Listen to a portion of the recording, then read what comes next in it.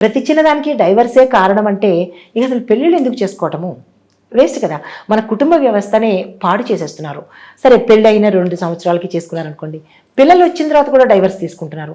పిల్లలు ముందు కూడా అటువంటప్పుడు డైవర్స్ తీసుకోవాలి అని అనుకున్నప్పుడు పిల్లల్ని ఎందుకు తీసుకోవటము? మళ్ళీ వాళ్ళు ఏమవుతారు? తీసుకెళ్ళి చెత్తబుట్టలో పడేయడము, అనాథల్లో పడేయడము, మళ్ళీ వాళ్ళు ఎలా తయారవుతారు?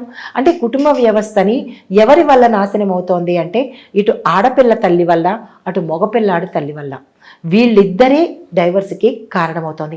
ఆడపిల్లకి చెప్పాలి, మగపిల్లడికి చెప్పాలి. కొత్తగా 2 మనుషులు ఒక కుటుంబంలోకి వచ్చినప్పుడు అర్థం చేసుకోవడానికి టైం పడుతుంది. నాకు వాడు అర్థం కావట్లేదు, నాకు ఇది అర్థం కావట్లేదు అని బయటికి వెళితే బయట వాళ్ళు మనకు అర్థం కారు. ఎవరు మనకి నేను అర్థం అవుతాను రండి అని ఎవరైనా చెప్తారా? ఎవరికెవరు చెప్పరు. ఏ 2 మైండ్ సెట్లు ఒక్కలా ఉండవు. అంత సొంత తల్లి కడుపు నుంచి వచ్చిన తల్లి బిడ్డల మైండ్ సెట్టే సరిగా ఉండనప్పుడు ఎక్కడో పెరిగి భార్యాభర్తలైన వాళ్ళ మైండ్ సెట్ ఎలా సరిపోతుంది?